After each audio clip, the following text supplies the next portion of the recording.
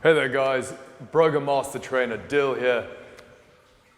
A couple of weeks ago we finished Turf Games, and for anyone who competed, as we did in the Broga Everyday Athletes team, I'd like to say we won, but that would be a massive, massive lie.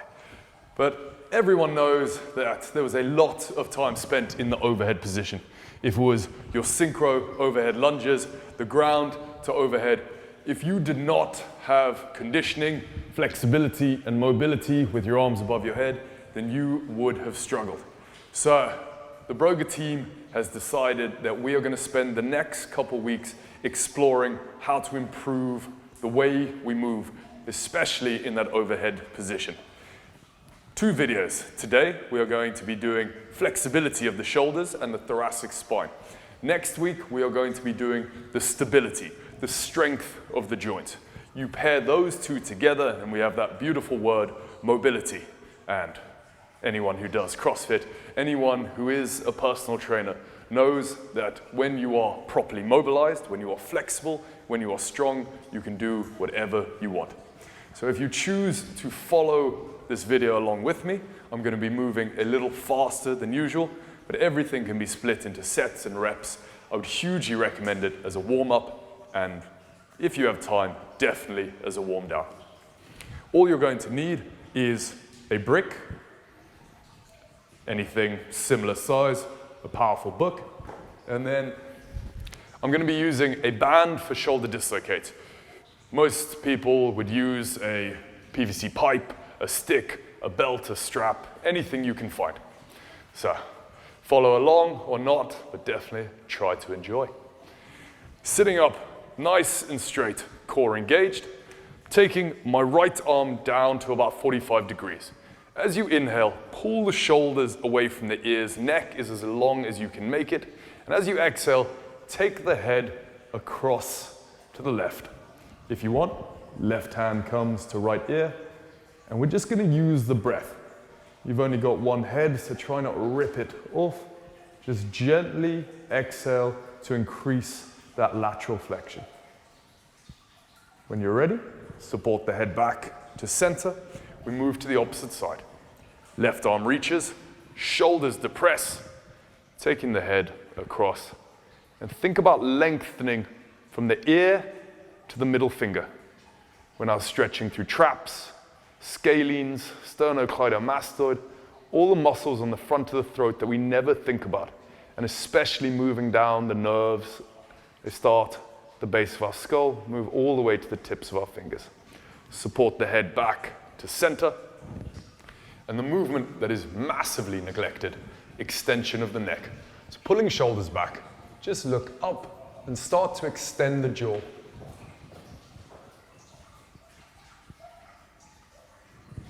While you're extending the jaw, you want to stick the throat forward, stick the jaw up and out, maybe even poking the chin out.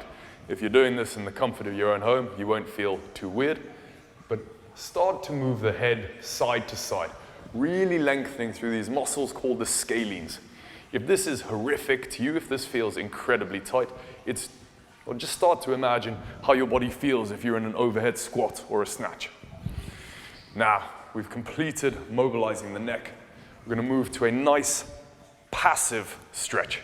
So I'm using a real thin band. We're going to take it to shoulder dislocates. Nice wide grip. As you inhale, shrug the shoulders up, reach up, and as you exhale, pull them back. Use the muscles between the spine and release down. Reversing that movement, inhale to retract shoulders all the way up. Exhale down. If you don't feel any sort of stretch along the front of the body, just take your grip in, 1 inch at a time. Continue to move with your breath, inhaling up, exhaling round. The second your elbows start to bend, or you start to lose control, you have found your end range of motion. Keep going with this if you are following along. So when you feel that your elbows bend, or maybe you lose control, you're grimacing into the mirror, then you need to slide the hands further around, reactivate, and continue that movement. This is all about where you remain in control. If you start slingshotting round or bending the elbows, the fascia is no longer connected, the elbow joints bend, and you're just losing some of that benefit. Once you've completed about 10 repetitions of that, we can move on towards shoulder flexion. Shoulder flexion is bringing the hands above the head. For that, we're going to use that beautiful yoga pose known as down dog. Gripping your mat or wherever you happen to be, curl the toes under, point the elbows down to the mat. So we're externally rotating the shoulders. Press the bum high to the sky. You can keep a little bend in the knees. And from here, I'm actively pushing the ground away, points of the elbows down towards the mat. Don't worry about what the lower body's doing. And then start to relax the head down towards the floor.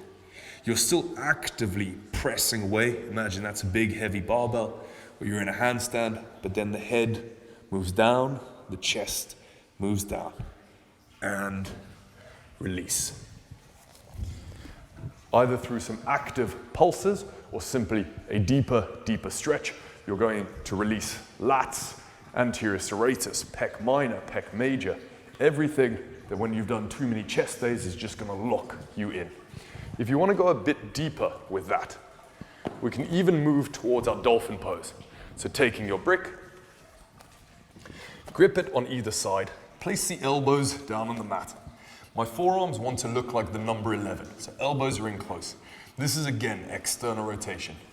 Curl the toes under, push the bum high to the sky, and relax the head and the chest down towards the feet. If you are very tight in this position, if you have been a naughty boy or girl and you have not been mobilizing, this is going to suck. So once again, I inhale to press away. Exhale, try to walk the feet in slightly. Inhale to press. Exhale to walk. If you are a yogi, you'll notice you are moving very close towards your pincher, your forearm stand. So you may want to look towards the brick, walk the feet up, kick the legs high. Find that balance. When you're ready, bring it on down. We have created our flexion. We have to now create the extension. Moving the brick across. Placing the hands behind you.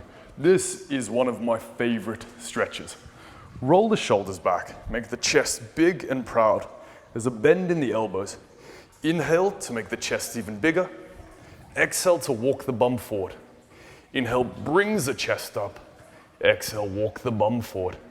You'll feel this massively on the front of the shoulder, anterior delt, and through the pecs. If you love a Friday night special, biceps and pecs, you're 100% gonna feel this. I guarantee it. Once you've spent a minute here, 2 minutes, whatever you can handle, you simply bring the bum backwards, give the shoulders a shake. For our final movement, we need to horizontally abduct. Bring the arms out. I'm going to move this over to the wall now. The final movement we have to cover is horizontal abduction. So moving the pec out. You recognize this for anyone who does love a dumbbell fly. The reason this is going to be so important is for anyone who is internally rotated, which is, if you're like myself, anyone who spent far too much time in the gym on the bench press through their early 20s. So to oppose this, we need to open up the shoulder. I'm going to take my elbow to 90 degrees. The first thing I'm looking to do, bring my hip into the wall, and I'm just trying to get the shoulder, the armpit, in as close as possible. If we're tight, that's going to be pulled away. So just start to concentrate on pressing the elbow and pressing the shoulder in. If you have more space, press with the opposite arm. Start to look away. And again, if you want, extend the jaw up, extend the throat, and breathe into it. We inhale to make space. Bring the chest forward. Exhale, move into that space. If you've got any tingling through the arms, through the fingers, then maybe take it towards a pulse, because that means the nerves and the blood vessels getting stretched. And when you're ready, release there. Wow. Repeat on the opposite side. You can do it kneeling, you can do it standing against the wall, or you can happily do it lying on the floor. It's all about how it feels, not about how it looks. And I guarantee with the flexion, the extension, and the horizontal abduction, if you are an Ollie lifter, a CrossFitter, a Turf Games athlete, they are going to make the world of difference for you. Thank you guys. Tune in next week for the shoulder stability work for arm balancers and Ollie lifters. Bye.